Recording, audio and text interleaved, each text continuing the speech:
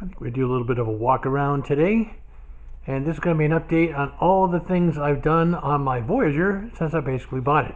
Of course, I had a good couple of years of being down because of an accident, so during that recovery time I was able to do a few things. So let's see if I can get them all that I've done so far. Right, this one here wasn't done on purpose. This little front chrome piece here, I'd actually dropped the wrench that flew across the room, hit the paint and gouged it, so I thought, okay, well, let's see if I can go ahead and get that fixed up. So I did use some touch-up paint, but didn't come out good, so I ended up putting this little chrome tip on it, and I've got a video on that, along with the back end of it, which is this side down here. The other little things I did were, like down here, where that big old ugly hole was, I actually found these stainless steel push-in plugs. All of these things that I'm going to be pointing out, they're on various videos throughout my channel. So you can go ahead and take a look at those if you want to. Any place where there was an empty Allen bolt head, I went ahead and put these little push-in stainless steel, I don't know what you want to call them, covers, inserts, kind of dressing that up a bit. I just don't like the look of a bunch of empty bolts. The same with even down here. It's the same thing. Again, all this stuff is on other videos. So let's see what else we got going on here. So we got those items there. Again, that's on both sides. And then coming up here, one of the things I did was go ahead and replace the windshield with this one here. Again, that's on another one of my videos, along with dressing up all the bolts. And these are basically the same caps you would buy to cover bolts on a license plate. And I went ahead and bought a bunch of them. And basically any place there was a bolt, I went ahead and covered those up. I just can't stand the look of screws and all that. To me, just personally, it kind of interferes with the overall look of the bike. Coming around here, I did find these mirrors. I was so happy with them until I realized they were Harley Davidson mirrors. They're not from Harley. I actually bought them on Amazon. That's on another video. And I do like them. I like them better than the ones that the bike came with. But I was kind of bummed because it's the same ones that Harley uses. And I'm sorry, I'm just not a big Harley guy. And I've got these little guys down here. There it is. That basically go ahead and push right under just to kind of dress those bolts up a little bit. Coming around here, I added this mount here. This is actually great for my Apple CarPlay. And down inside here, I added this plug here. This is actually a USB A and C. And I use this plug here now for when I'm using this. That way I only have a cord that goes from here to here, and it's not sticking all over the place. The radio itself, okay, that's stock, but I did add the Vulcan's tune, Bluetooth. It was about $180-ish, depending if you have a coupon or not. I got mine for about $150-ish. And now I can play anything I have with a Bluetooth directly through the factory radio. Some people have put some aftermarket ones in, which is cool. I mean, that's all fine. I just really like the look of the stock one. So buying that module was just, for me, the best thing I could do. Also down in here, I went ahead and add this little thermometer down here. That was a good spot for it, out of the way. Not looking too bad. Up here again, even these bolts here, I went ahead and covered those with the same thing. This would be the license plate screw covers, but in black this time. So I could basically hide those. This is just, I know, don't laugh, this is just a little compass sometimes. It's just kind of nice to know what direction you're going, especially if you get disoriented with a bunch of roads and you don't have any, like a travel map up or a GPS or something like that. It's just kind of nice to be able to do a quick glance at the actual compass. Speakers, I went ahead and changed those out. These ones here are a lot nicer. And again, that is on another video. I did that for the front here, left and right side. Coming back around, down inside this little glove box here. Okay, because of the Vulcan Tunes Bluetooth adapter, I was actually able to hook it up using the two wires that the bike came with. They plug directly in. It's really a no-brainer. And what I did is I took this all apart, and that's going to be in a different video, and just mounted it inside. And it's powered by the bike itself, and it's really nice. And this little guy here that you see, this is actually a USB A and C charging port. And that way I can actually charge stuff in here. I can throw my cell phone in and charge it if I had to. Even this weather stripping here, I kind of put around this. It doesn't make it waterproof, but it's a heck of a lot more water resistant than the way the bike came. And that's on another video. So let me go ahead and get that closed back up. Continuing down, I went ahead and added these highway pegs. The thing I liked about these versus Kawasaki is this little portion right here. Instead of being a big ugly nut, it's kind of built into it. It's smoothed out. It's chromed. The only thing I had to do is where this clamps on is I had to use some two-way tape because it was a little bit loose, and it's the type of tape that, again, it's on a different video. It's the type of tape that basically once it clamps in place, it's not going to go anywhere. So I kind of got these. I really like them. Again, the same thing here. Top there where that top where the ugly screw was. There's a cap in there too. And of course these just fold down. You guys have all seen these.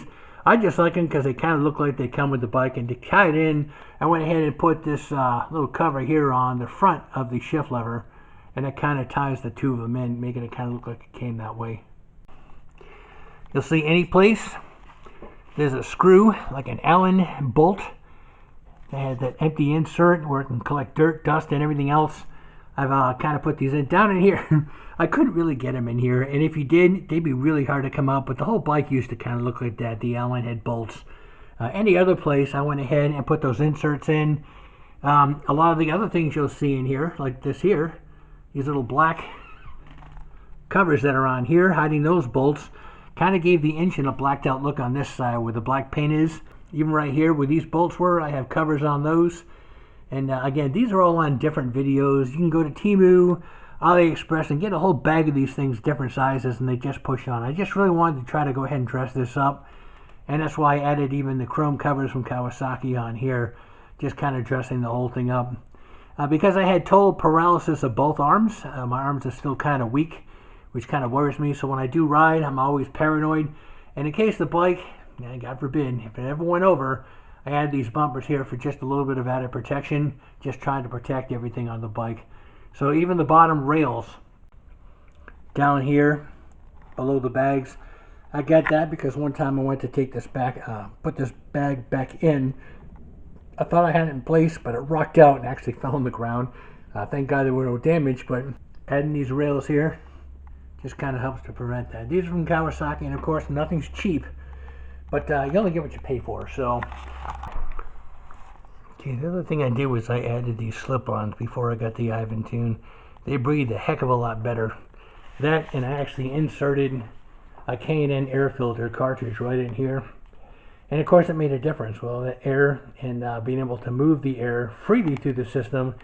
So this thing was popping and banging all over the place, man. So I needed to do something with remapping the fuel system. Some guys go, well, K&N doesn't do anything. Well, between that and the pipes, I had all kinds of issues and stuff, and Ivan took advantage of that and really freed up a lot of horsepower and torque. And for those guys that aren't sure, horsepower is your top speed. It's the torque that gets you off the ground from a start. That's your 0 to 60 is the torque portion. Okay, the horsepower is basically your top speed. And just a quick thing, guys, on fuel. And it seems like nobody seems to get it right. High octane versus low octane. Basically, the higher compression, the hotter your cylinders are going to be. Like my FJ Cruiser, it says premium fuel only. Why? Because the compression is so high it could burn up the cylinders. In fact, my truck will basically kill itself if I have to use regular 87 octane. So I carry an octane booster of actual 6 octane more, bringing an 87 and 93 as an emergency. This bike here, you can probably get away with 87. The 89 mid-grade, you might get a little bit of ping. Again, that pinging is because the cylinders are getting too hot. You run high octane in this thing, and the cylinders run cooler. Okay, that's the whole idea. It doesn't give you more power, none of that stuff. Low octane, the cylinders run hotter. The high octane, they run cooler. So it's up to you. You want your bike to run cooler for a few dollars every time you fill up the, 5-gallon tank? Big deal, right? Do you want it to run cooler and have the engine last longer, or do you want to save a few pennies and reduce the engine life? And that's all it is. That's all octane is. Same with this side. So they're really nice. Coming up a little bit higher, I did add this luggage rack. The thing about this rack here is it doesn't really come with a whole lot as far as mounting. It's made for anything, but you have to retrofit. I have a long video on this. showing how I made these feet here at the right angle, so when you tighten it down, it doesn't crack or hurt the top of the trunk.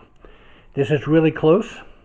It's only in the middle, about a 1/8 to a 1/16 of an inch from not touching the actual cover here. And what I do is, of course, it's only for small. There's hardly any load on this thing at all. So if I put something on it across this way here, I have hooks that come off of here and here over the top that basically lock it in place. You know, like for a bedroll, sleeping bag, or something like that. Coming inside the trunk, I finished off those bolts there with rubberized coating on the washers and painted all the bolts black, along with these plastic caps that went on there, kind of making it look like it actually came with the bike instead of something, oh look, did you add that? Which I can't stand. Coming in here, right down, right in this area right here, is another one of those USB A and C chargers. I don't know if you guys can see it or not. The lighting is kind of weird today. But basically, the little cover flips up. When the bike is on, everything's lit up in blue, which is nice. So I have an USB A and C charger. I can actually charge my batteries for like action cams, or I can actually do my phone. Basically having a charging area right back here inside the trunk itself. And of course I went ahead and put these speaker pods on. I really wanted the factory ones, but the only ones that were available were these. And of course you guys all recognize these here, so I went ahead and put those on. I have another video with that, and it's not too bad. You just take your time routing the wires, and it can end up coming out pretty nice by the time you're done with it. And I'll kind of show you a little bit more of that. Now in here again, any place where there was an empty, or I should say naked, bolt or screw, I went ahead and covered all that up just to make the bike look a bit more finished off. Again, is any of this stuff something you have to do to your Voyager? Heck no. It's just what I wanted to do. Coming down here, you can see right here, that's where I actually brought the wire across to go ahead and go down in here. And of course these seats are awesome because you only turn a key and they pop right off. So basically running the wire, again, that's its own video because it's pretty involved under the seat. But I tried to make that look as factory as I can with wire loom and everything else. More of the covers back in here, again, for the screws that were sticking out. I just don't like that. Right now everything looks really finished off. Oh, I forgot to show you something else. Basically, anywhere there was a bolt, okay, all under here has those little chrome covers on them, making that look all finished off a bit nicer.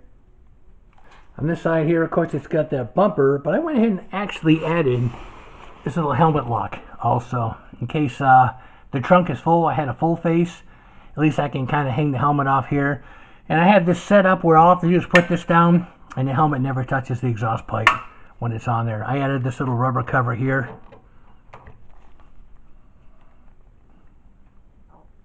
That's in another video. And that protects any rain from getting in there and stuff. It's just really nice having another place to go ahead and mount a helmet instead of having to use the bag, especially if they're full of a bunch of stuff. If you put something across your seat and you want to tie it down, you want a place to be able to put the cord so it doesn't dig into any paint, any powder coating, any chrome. And it was really bugging me because I couldn't find anything. So on another video, I kind of came up with these little things right here. And from a distance, because of the color and the way they're on, they look factory, but it allows me to bring a bungee cord or a tie-down strap right in there without touching anything else. And the way those things are built, they're going to last a long, long time before they even consider wearing out. So that was another thing. I've got that on both sides. This side here and that side down there. Now I can tie things down without worrying about tearing up the chrome, because it is chrome-plated plastic. Good things about those, they'll never rust, and at the same time it lightens the bike. Some guys start screaming and crying because there's plastic on this bike. Well, God, it already weighs 900 pounds, and taking off a few pounds there, there's no problem with that. This side here, I added a whole bunch of chrome covers and inserts to all the bolts, kind of finishing that off along with this side here on top of the air cover. Coming down here, of course, we got the highway peg, along with this brake cover. For some reason, I wish it fit the other way, but for this one here, the holes didn't line up unless I faced it this way. So I'm okay with that. I just wish it kind of flipped around the other way. And if you buy these things, the two-way tape that they give for the rubber pads are crap. They just fall right off. So I ended up replacing the two-way tape with some stuff that I had that's extremely strong. Of course, almost everybody does this. I immediately replaced that with a WSB-A. It's got a voltmeter on it and stuff too, that I can read the actual charging system voltage. I can actually read the charging system voltage through that little window or when it's open. It kind of keeps you up on that. This is just another, you guys know what's in there.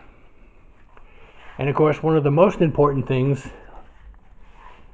was the Ivan tune. The Ivan tune changed this thing. I mean, I swear to God, this bike, yeah, it's about 90-ish horsepower now instead of 72. And the torque is about 120 versus, you know, when it came out of the factory, it was okay, 72 over 107. But it's nice having about 120 foot-pounds of torque. And the engine, it really winds me up how everybody calls it 103 cubic inch. It's 103.78. Well, you know what? To me, that's a 104. It's not a 103. So it's 104 cubic inch, true 1700 cc, not 16 something or none of that. It's 1700 cc's on the nose. And the thing I like about Kawasaki is just, I like the look of the engine. You know, it doesn't have a bunch of pipes and tubes going to a separate oil pan or any of that stuff. The bike is just made to run forever, last forever, not leak, never break down, and you can just go. And this thing now with the Ivan tune, I'm not kidding you guys, it's a freaking rocket. I mean, you twist that throttle and it's moving. You know, I don't know what else to say. This bike is going to take off. So it's a lot of fun. This thing is an absolute lot of fun. It's not like the VMAX I had that got destroyed in the accident. Some texting idiot, a pickup truck ran right into me, put me in the freaking hospital for 2 years. But basically, this bike goes. I mean, you twist that throttle and it goes. The other thing I recently did, I had one of those throttle bosses on this side. Now, one of my old bikes, a Honda I had the Keurig grip with one of these built into the side. I kind of liked that, but I didn't want to go with that look again because I'm kind of over it. I had another bike for about 20 years. So I went ahead and got these foam grips that slid over the hand grip itself. I got a video on that, how you can do that without fighting with it or tearing them. And then I was able to find this little guy here. I think it was only $2.99 of all things. And it looks a lot better than the other ones. And you can just kind of rest your hand in it as you're driving and give your grip a break and allow you to hold the throttle. Yeah, it does have cruise control, but sometimes I don't want to use a cruise control. But it's nice to have a little palm rest that's on there. And to me, this is the nicest one I've ever found. So that was something on Temu. And like I said, it was only about $2.99. And yes, the screw is stainless steel. This thing is pretty awesome. Another little thing I did, not that it's a big deal, a black plastic cover to go over the actual horn. Because I like the horn that's on here. It's really loud, and it basically tells me, you know, it's Kawasaki. That cover, of course, didn't fit. I had to line the inside ridges with rubber, so then it would go ahead and fit on the horn snug. And, of course, the little bell, which I didn't have on my VMAX. Kind of makes me wonder, could that have helped me? Instead of giving me 15 broken bones and 5 surgeries, who knows? Oh, and the fun thing was the jerk didn't have insurance. Oh, that's always fun down here in Florida. Okay, so excuse me guys, that this video isn't the greatest. This is a handheld camera. I decided to go ahead and try using this for the first time to see how the resolution and everything is. But that's basically a quick walk around of some of the things I've done on my bike. I'm pretty much done with it. There's nothing else I want on it. I did as much as I could while I was healing up, just because I had the time, even though my arms didn't work right. Something that would take 10 minutes to do for a normal person took me 2 hours, just because my limbs weren't working at the time. And I'm back to about 75% now and getting my mobility back. And I actually took this out for a ride, so my first ride is on my channel also. So that's it, guys. Oh, these speakers here, we talked a little bit about it. I wished I could have got the ones from the factory, only because they were covered in material like this, and it would have been nice to carry that down. So I did take these, and I went ahead and I did paint them so they weren't that ugly plastic that gets gray, and it's a UV paint. And I put the 6.5s in there, and it sounds really nice, especially if you're using a Bluetooth instead of just a radio. And again, I'm not a big radio guy, but it is kind of nice to have a decent sound system. If you're all by yourself, not downtown bothering people, hey, look at me, I'm on a bike, listen to my radio. No, I don't do that. But if I'm on a country road by myself, and I want a little bit of a tune or something like that, I don't mind throwing it on. And Or if I'm parked over, I'm just having a sandwich and something to drink, at least I can have a little background music. I'm just not one of those people that, hey, look at me, I've got 1,000,000 watts, aren't I a jerk? That's kind of like the guys with their straight pipes, gunning it underneath a bridge. I don't know, it just gives the rest of us a bad name. So let's see here, what else? Cable stays. Got some of those on here, one here, one here. And they actually have a screw on them and stuff, so you can find things like that on Temu. And also AliExpress. Every now and then you can find them on Amazon, but of course they're going to be a bit more money. So that's it, guys. Feel free to comment, let me know what you think, or what you like or don't like. Again, a motorcycle is one of those weird things. Everybody has their own taste as far as what they like to see on a bike. And I just kind of did mine up to fit my own taste. I never added an amplifier on this. Again, they sound nice when you do that. I'm just not I don't want it that loud. And with the 4 speakers, this actually can be loud enough. But the one thing that drew me to this bike was the fact that, number one, it was Kawasaki. Their fit and finish is unmatched. And the fact that you have the reliability, it doesn't leak, it doesn't break down. The darn thing goes forever. And they've been making this engine for so long. There's no bugs, tweaks, or anything like that. There's even a rear cylinder heat removal system built into this bike. And it exhausts right out of this thing here, down toward the exhaust pipe, underneath even your passenger, to go ahead and remove a lot of the heat. And this bike is really well thought out. And I just really dig the actual look of the engine. Again, it's pretty well finished off. The Indian engines look pretty good. I like those too. But this Kawasaki, their Vulcan series, I've always loved the look of their engines and the fit and finish on the bike and everything else. I'll just say there's other brands. I'll just use that. And, you know, one of the guys told me, well, you know, this is a premium bike. And I told him basically, well, no, it's a premium priced bike. I wouldn't say the bike is premium. And, oh, it's American made. Well, not really. It's got a whole bunch of parts from other parts of the world, too. I'll leave it at that. You can look it up yourself. But I just love this bike because I'm not paying a fortune. Also, since I fly jets, or used to, thanks to my arms, I don't want all that electronic stuff up in here. If I really need to have it, I got an Apple CarPlay that goes on right here if I really need to have directions or a GPS or something. Other than that, this look of the old hot rod is exactly what I was looking for. Plus, I'm a firm believer of keeping your eyes on the road, not reaching up with a touch screen or something like that, trying to locate stuff on the bike. Again, that's what the jerk was doing with his phone and his stupid pickup truck when he ran into me, totaled out my VMAX, and put me down for about 2 years. Anyway, guys, that's about it. Let me know what you think. I know it's a long video. If you don't like it, that's fine. If you do, some of you guys have Voyagers, and you're always looking for, hey, what kind of things I can do. These are just some of them. You know, you can do any rack you want, any type of stubby antenna that you want to put on there instead of the big one, any type of accents, chrome, any of that stuff. There's a lot you can do to these bikes. Kawasaki, of course, is not a whole lot of aftermarket stuff, because what are you going to do? This is 104 cubic inches, giving you about 120 foot-pounds of torque after the admin tune, of course. And this thing just lunges from a start. It's just incredible how much power this bike has. And it's about half the price. I mean, I was out the door after taxes and everything else right at 19. And that included an extra 3-year warranty and stuff too, which is really nice. Bought it new. And this is pretty much my forever bike. And you guys know about the KX system on here, where it links the brakes and also gives you the anti-lock, which is kind of cool. So if you're a Voyager owner and you're just thinking about some things to do, these are just a few that you can actually do. You go ahead and look for them. And like I said, I've got a lot of this stuff on other videos, so just feel free to peruse my website. Leave a comment. Let me know what you think. If you don't like something, tell me. If you do like something, give me a shout. And I appreciate you watching, guys. So what you do, like, subscribe, hit that bell notification for future content. And I'll look forward to seeing you guys on another video soon. Happy New Year.